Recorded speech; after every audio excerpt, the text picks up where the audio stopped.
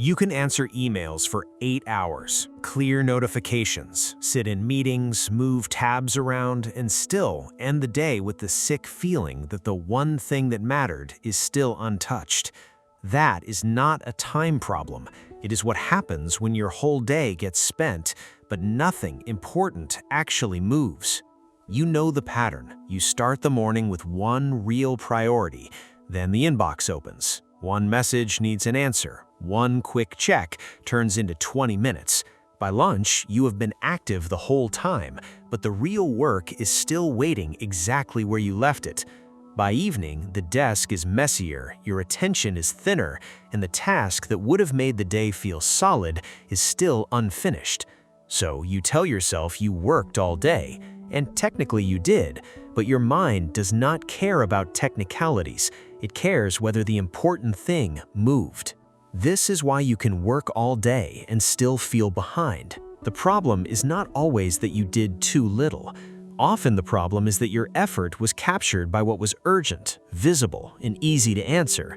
You handled what arrived. You solved what was loud. You kept responding. That creates motion, but motion is not direction. And the more this repeats, the worse it feels. Because now the day is not only full, it is full while the meaningful work keeps following you into tomorrow. Most people interpret this as laziness, poor focus, or lack of discipline, but the deeper problem is structural. 3 things usually create this feeling.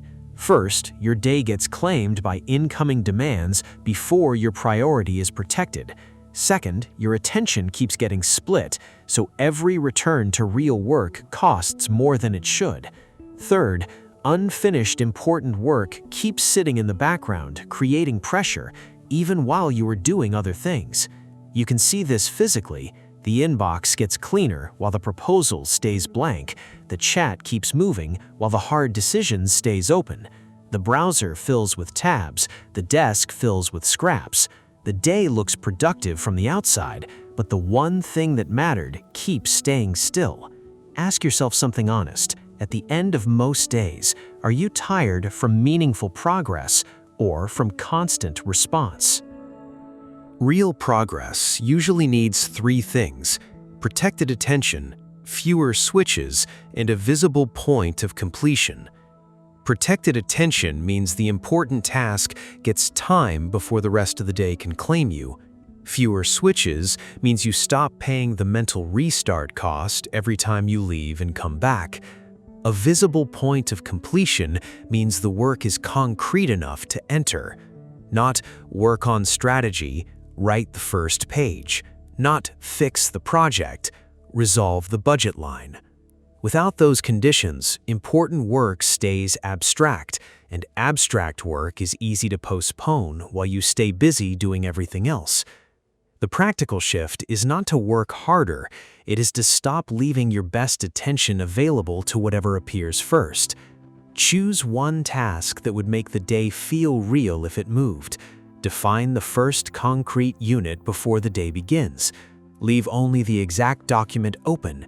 Put the phone out of reach. Close the inbox. Silence the chat for 1 block.